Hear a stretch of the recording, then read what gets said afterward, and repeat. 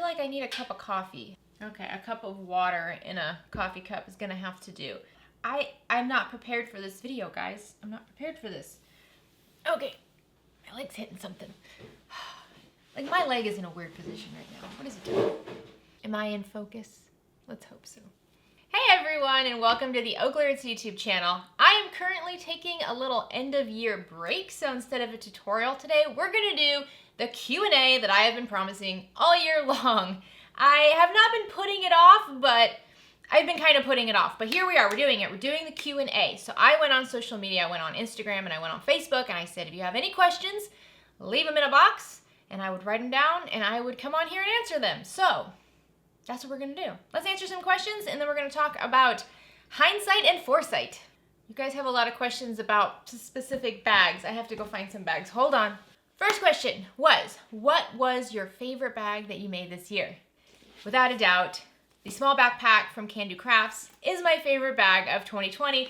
I love it. The thing is that I'm a big fan of the mini backpacks, but they look ridiculous on me. They just do. I have so many of the Disney mini backpacks, but then I wear them. And I think it's because I don't have the greatest posture. I kind of hunch a little bit. So they look kind of funny on me, but I want them to look cuter. This is a bag that because of the proportion, because it's a little bit wider and it doesn't stick out as far, it actually looks really cute when I wear it. So this is a bag I would want to make a lot more of them. I'm hoping I'll have some time to make a bunch more of those because I do love the mini backpack. Okay, next question. How many bags a year do you make? Well, okay, I make at least one bag a week, so that's 52, right? There's 52 weeks in a year. And then I have to make at least 2 of those bags because I make one bag to try it out and make sure I can actually make it, and then I make another bag in the video. So now we're at 104. So really? That can't be right. No, that can't be right. How many weeks in a year? 52 weeks in a year. I make 104 bags a year, at least, because then there's the bags I make just for fun, and then the bags I make for gifts, and sometimes I have to make a bag more than once or twice before I can film it. Wow, where are they? That's a lot of bags. So there you go, at least 104 bags a year. More than that. Next question. How did you get into sewing? How did I get into sewing? So here's the thing. I remember when I was young, like elementary school, maybe early middle school age, and we lived in England. My parents were in the Air Force, so we were living in England at an Air Force base. And I remember getting a piece of fabric and sewing it together with a hand needle and thread to create like a little wallet. It was very, very basic, but that kind of idea of, just putting some pieces of fabric together and sewing them to create a little wallet was so cool to me. But then I didn't start sewing again until I was older, and I wanted to make like little baby blankets. I wanted to make baby blankets, and I wanted to make burp cloths. So that's when I bought a sewing machine. Actually, my mom bought me a sewing machine, and my first sewing machine was the Project Runway sewing machine from Walmart. It was like $100. Brother sewing machine. I love that machine. I made a ton of things on that machine. But that was my first sewing machine. I didn't know anything. I didn't know anything about needles or threads or scissors or rotary cutters. So I remember I was doing like a scrapbook. So I would take my rotary cutter and I would try to cut the fabric. And then I would take my rotary cutter and I would go cut the scrapbook paper. And that rotary cutter did not last very long. And I didn't understand why. And I was so upset. I used my scissors for, I had no idea what I was doing. And I didn't really take the time to go on the internet to figure it out, so I just kind of winged it. Things didn't turn out so cute, but we still have all those items, all those baby blankets, all those burp cloths. We still have them all, and yeah. So I would say I started sewing officially, how old was I? Probably around 24 years old is when I started sewing. And then after I made a couple of baby blankets and burp cloths, I somehow saw on Instagram the 100 Days, 100 Blocks challenge. It was a quilt challenge. And I went out and got the Tula Pink 100 Blocks, book from Barnes & Noble. And I joined in on it and I made one quilt block every single day. That's when I started the OklaRoots Instagram account. Yeah, that's crazy. That was a while ago. I don't know how long ago that was. So yeah, looking at my Instagram, I started the whole quilt process and the real sewing, and I started my OklaRoots Instagram account on August 7th, 2016. So it's been a few years. Wow. There's some real gems on there if you scroll all the way to the beginning. That's pretty cool.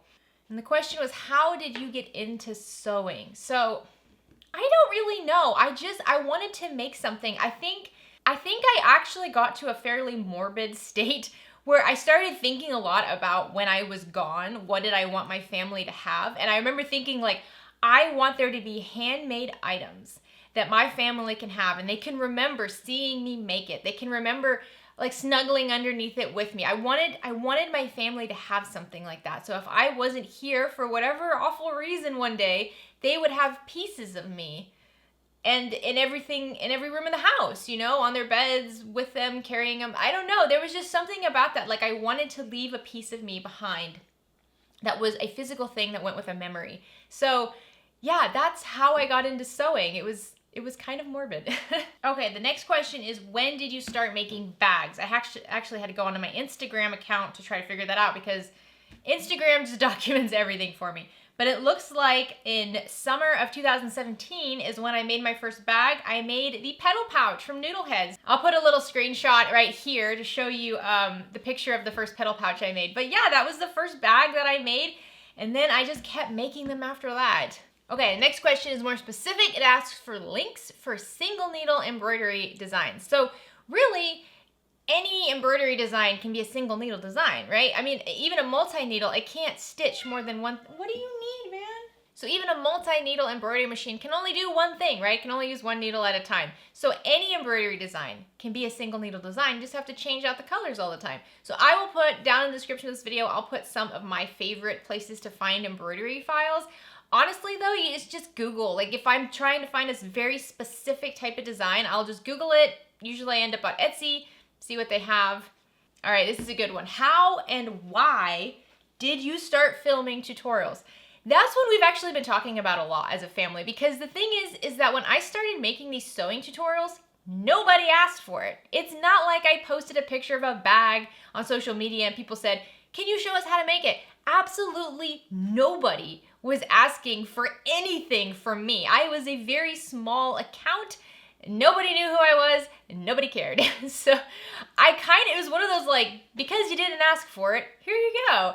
I don't know why I started filming sewing tutorials. I've always loved teaching. When I was in graduate school, I had the opportunity to be a graduate assistant and teach a lot of statistics students. So that was really fun, and I loved it. I loved the feeling of, you know, showing somebody that they could do something they didn't think they could.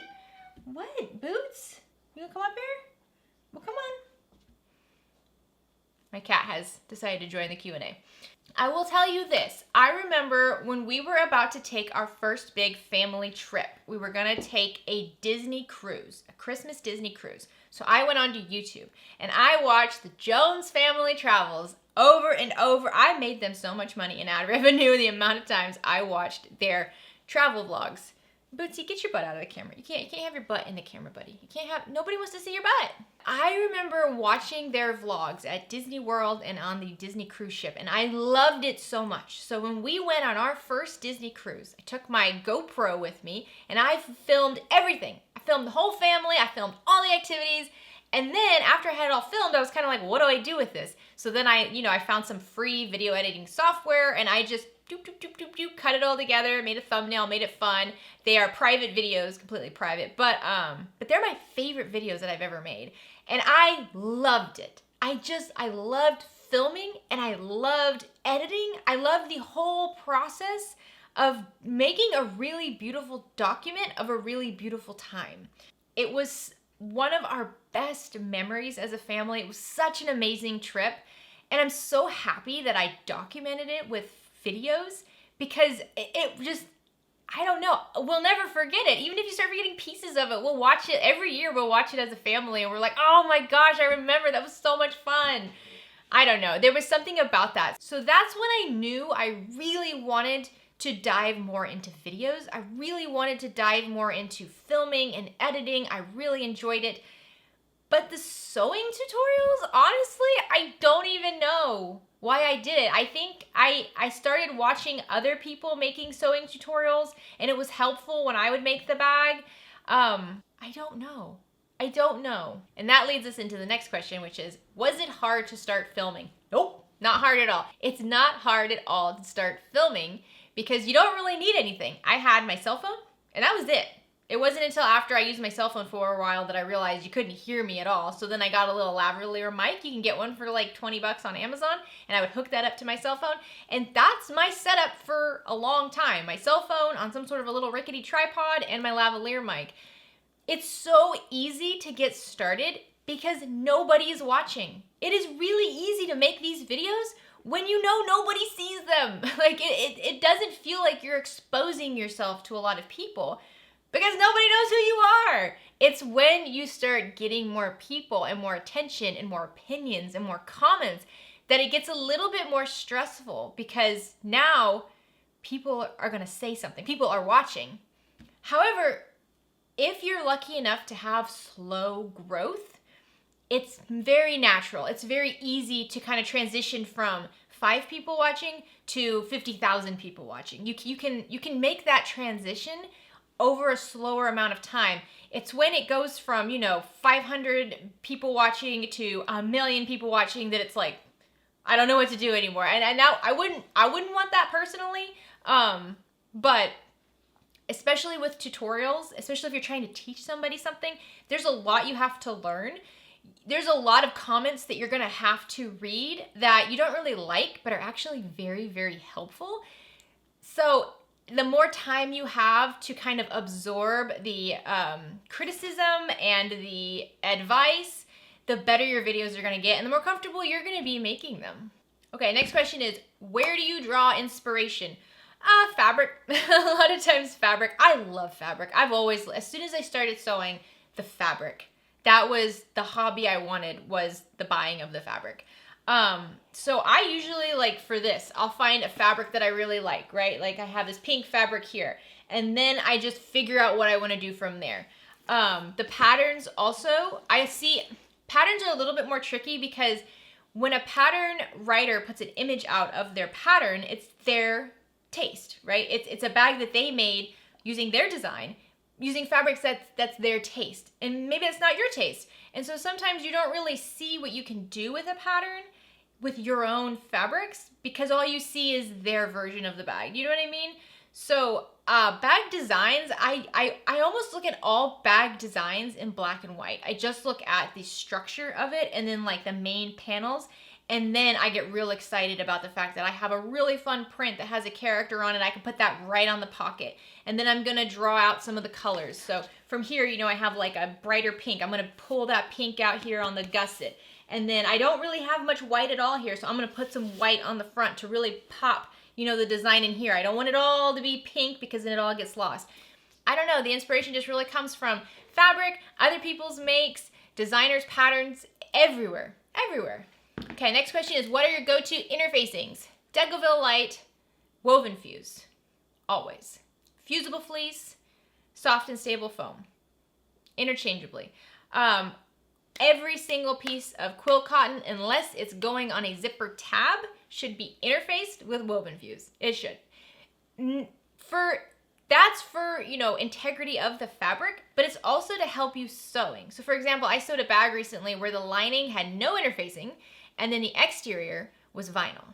So there is a point when I'm sewing, and I'm sewing over the thinnest quilt cotton, and then I go over into a thicker vinyl. What size needle do you use for that? Because for the quilt cotton on quilt cotton with no interfacing, to me, that's a 70-10 needle. And then going into that thicker vinyl, we're getting into a 90-14 or an 80-12 needle. So you really don't want to use the same needle for both, but you don't want to be changing out your needle every single time you're switching it. So by adding the woven fuse, which is also Pellon SF101, by adding some sort of stabilizer to your flimsier fabric, you're beefing it up enough so that you can easily transition from sewing on that fabric to the thicker fabric without having too much of a problem. I love using Decouville light in place of foam. I've been doing that a lot in patterns. They will call for foam. Foam is fantastic because it adds so much structure to the bag and it gives it a really nice soft cushiony feel. But if you replace that foam with Decouville light instead, now you have a much more firm kind of professional bag. Boots, where are you going? What are you gonna do, Boots?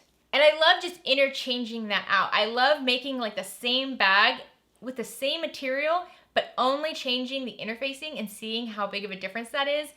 I don't know. I highly suggest giving it a try. You can switch out Decovil Light, Fusible Fleece, and foam however you want. Give it a try. Okay. Lots of questions on like my day-to-day. So questions about, do I have a personal life? Not really. I mean, I have my family and I have work and I have the YouTubes and the social medias, but you know, I'm not going out for brunch with friends every weekend. I've never been somebody who really did that. I've always been a bit of a workaholic. So no, I don't have a personal life. Do I have a full-time job? Yes, I do. I am a computer programmer. I work full-time all the time. How do I organize my time? I don't. This is a question I get all the time. How do you do everything? How do you do work and videos and family and life and enjoyment and vacations? Like, how do you do everything? And the thing is, you just don't. You don't do everything. I haven't cleaned my house in over 2 weeks. Nobody wants to hear that. Nobody wants to hear you can't do everything at once. You can't film a tutorial and work and take care of your kids and play and exercise and, you know, bake a pie all at the exact same time. You just can't. You can only do one thing at a time. So if I'm sitting here filming a tutorial with you, then I'm not playing with my family. Then I'm not doing an art project. Then I'm not going outside and exercising. And if I am working, then I'm not dealing with OklaRoots, then I'm not making videos, then I'm not making bags. You can only do one thing at once. And so you don't do it all. You figure out what you can kind of drop the ball on for a little bit, and you just do your best to catch up when you can. Hold on, my battery is about to die. Gotta switch out the battery. So you can't do all the things at once, all the time. Next, I have help. Okay, I have a lot of help. My husband and my mother are with me every single day. They both help with the family. They both help with OklaRoots. My husband does a lot of reviewing of comments and everything so that I don't see bad stuff that's gonna make me decide I don't wanna do this anymore. My mom runs the Facebook group and Shop OklaRoots. She's working in her studio every single day, making products for the shop. We all work together all the time. And then last, I am a workaholic, and that's not in like the interview, what's your biggest weakness kind of question way, where it's actually not a weakness. I am a workaholic. I am addicted to doing things, and that's not a good thing. It's not a healthy thing. I am somebody who has battled anxiety and depression throughout my life, and staying busy keeps my mind from going places I don't want it to go. And I know this is a little bit darker than what we normally talk about here on the channel, but it's true, and I want to bring light to it. When you're dealing with anxiety and depression, when you are obsessive compulsive, you don't really like your mind to get to a resting state because things creep in that you don't want to think about. So you turn to things to help you not think about those things. And a lot of times that's more unhealthy habits. And to be completely honest, when I was younger, it was more unhealthy habits. I replaced those unhealthy habits with work, lots and lots of work, my career and this and YouTube. I work constantly from the moment I wake up to the moment I go to sleep. I never sit down. I don't like relax and watch movies. I'm not a ponderer. I am go all the time until I exhaust myself and go to sleep. Now, like I said, I don't believe that's healthy. I don't, and I am working on that. Therapy, again, is one of the things that I'm working on for 2021. There needs to be more balance, and I need to be at a place where I'm okay with my own thoughts, and I am okay with just relaxing and not doing. We're getting there, just not there yet. Look at this. We're trying to do a Q&A, Bootsy. Are you helping? These cats, man, you can't do anything without these cats. So, as a long answer to that more simple question, you know, I wish that there was just a planner. I wish it was like, just buy this planner and read this book, and then you'll have it all figured out, and you'll get all the things done, and everything will be amazing. And it's just, for me, there's just not. You need to spend time doing things that make you happy. I will tell you that there is regret sometimes that I work too much, and I'm not with my family enough, and I miss out on a lot of fun stuff because of it. And besides missing out on fun stuff, I'm missing out on the memories. And I know that there will be moments later in life where I do regret that. So 2021 is going to be working a lot more on balance. Okay, next question, speaking of 2021, is what is my most challenging goal for 2021? And I will say it's the same one I had for 2020. 2020 didn't go as planned by no fault of any of ours. But 2021, I want to do some in-person gatherings. I don't know if it wants like a teaching event or just like a meet and greet or a conference of some sort, but I want to meet more of you in person. That's what I want to do. I want to meet you guys in person. And I've got to tell you, that's a little nerve-wracking for me. I am a bit of a, I guess, recluse. I was going to say introvert, but I guess I'm a bit of a recluse. I don't get out so much. And so it brings a ton of anxiety, a ton of social anxiety. The thought of meeting people face to face and talking. I mean, lives bring me a ton of anxiety because, you know, we're going to be chatting. And I always love them. I always love it in the end. It's always, you know, the best decision. It's just, it's just a lot of anxiety. And so that's something I need to do more of. I want to do more of that. I want to feel more excited and more comfortable with people like in real life, face-to-face environment. So hopefully 2021 will improve and we'll have the opportunity to do that.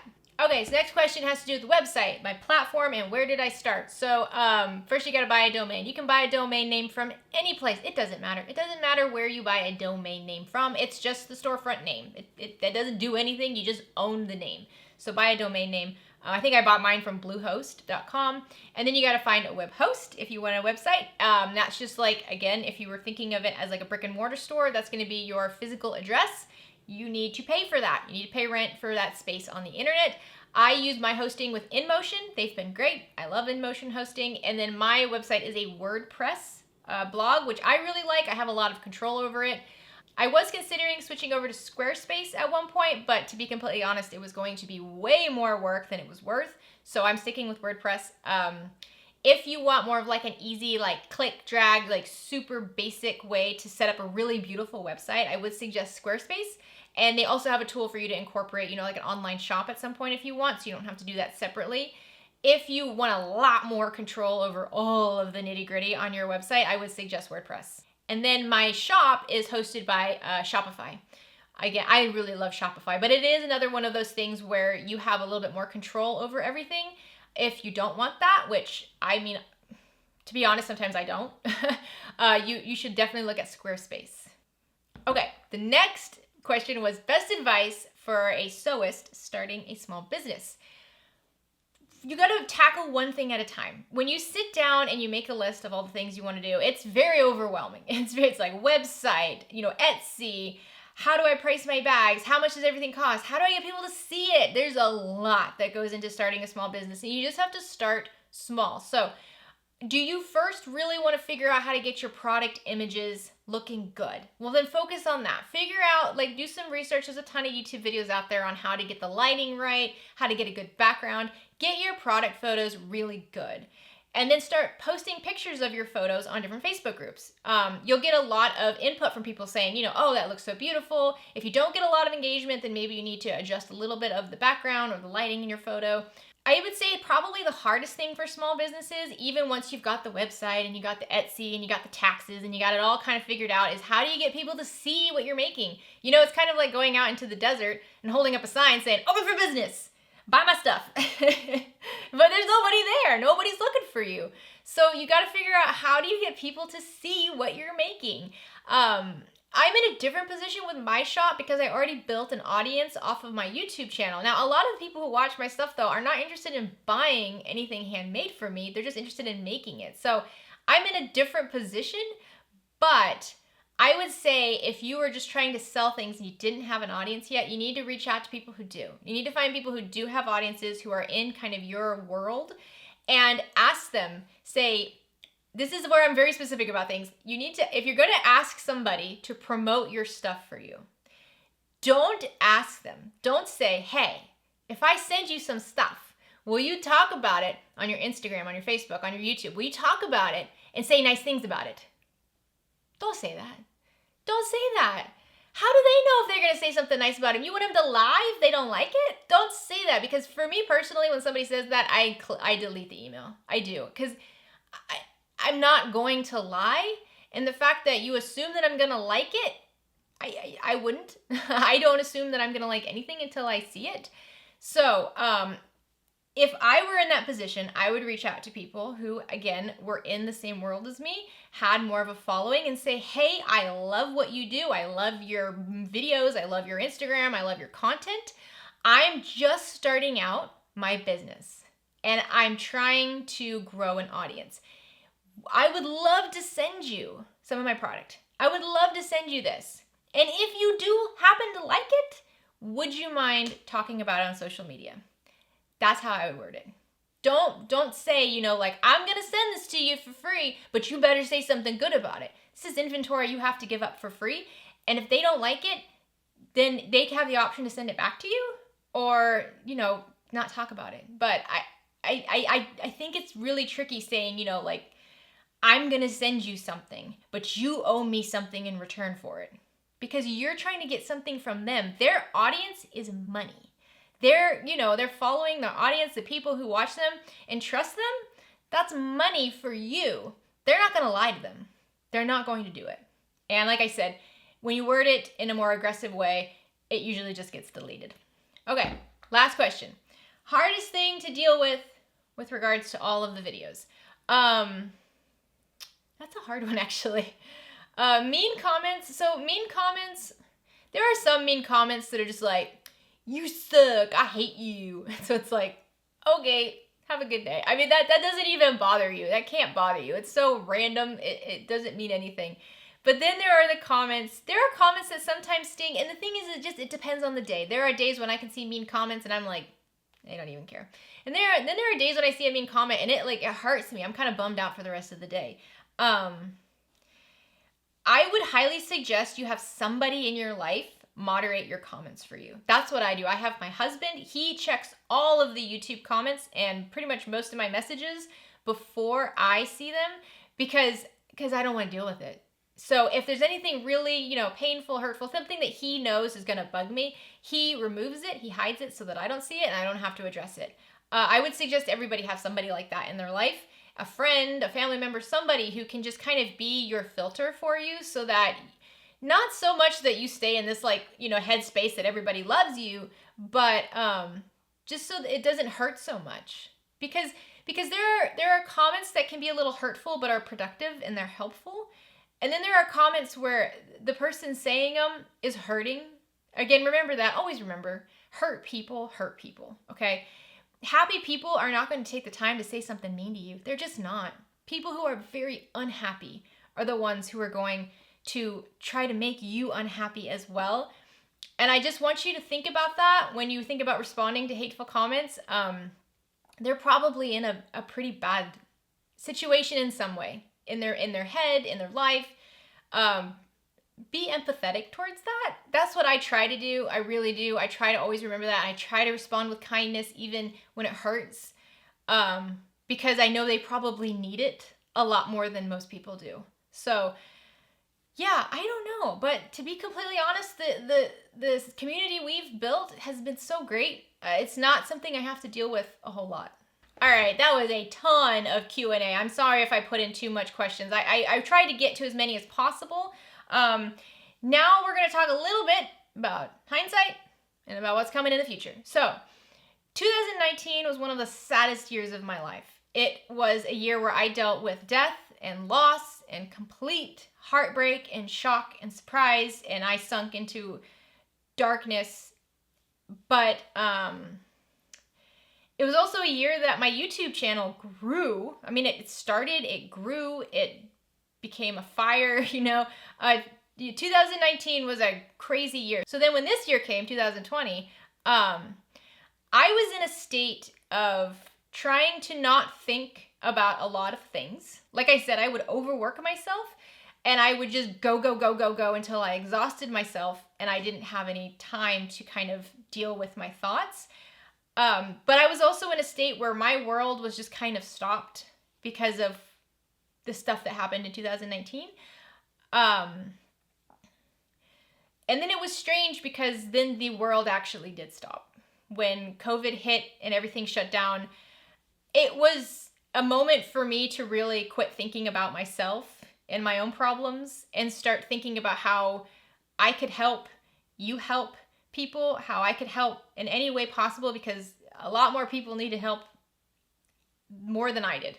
So 2020 has been a year of healing and grieving for me. And I'm happy to say that at the end of it, things are looking really good. We're in a lot better state. I think 2021, we're all going to be in a lot better state, hopefully. So for 2021, I'm hoping that we can do a lot more fun stuff. I'm hoping we can like have less heavy videos. We had quite a few like heavier videos over the last year, and so I'm hoping for 2021 it's a lot more light, a lot more fun.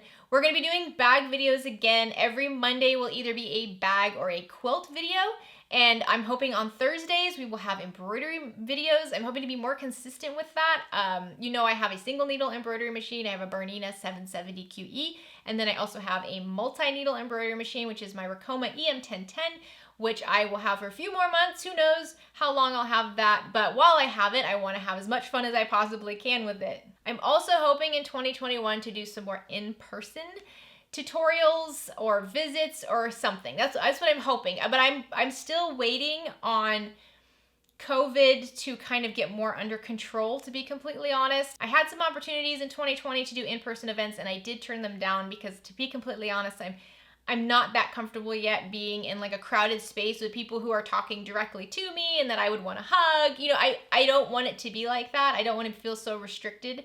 So I am waiting for things to get a little bit better, and then hopefully, you know, it's just party one day.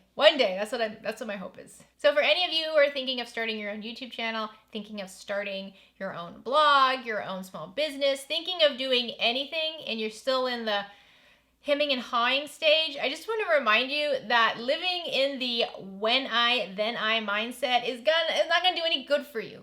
When I have a really fancy camera, then I will film videos. No, you don't need a fancy camera. You got a phone? Use your phone. I used my phone. I got to over 50,000 subscribers on YouTube using just a phone and a lavalier mic, okay? You don't need a lot of stuff to reach a lot of people and do a lot of good. You just don't. You don't need the $10,000 machine in order to sew something. You don't. So get out of the when I, then I mindset and just do it. Everybody who is doing anything started with nothing. We all did. We all just used what we had. We taped together what we could. Everybody has funny stories of things they hacked together to make it look grander than it was. You can do it. You can do it. And remember, we have an amazing community. So if you're part of the OklaRoots Creatives Facebook group and you're getting started on any of this, a YouTube channel, a blog or a shop, anything like that, make sure you post about it in the group. It isn't a fantastic community that just wants to support one another. So I hope that this video answers some questions for you. If I didn't get to your question, I'm really sorry. There was a lot of questions, but I think that we did a good general overview of all of the different types of questions that were asked. I hope that you're having a great day. I hope you have a great rest of the week. Happy New Year, 2021. You know, we all said in 2019, 2020 is gonna be amazing. Expectations for 2021 are low. Let's make it a good one. All right, get out there and make something. Bye, guys.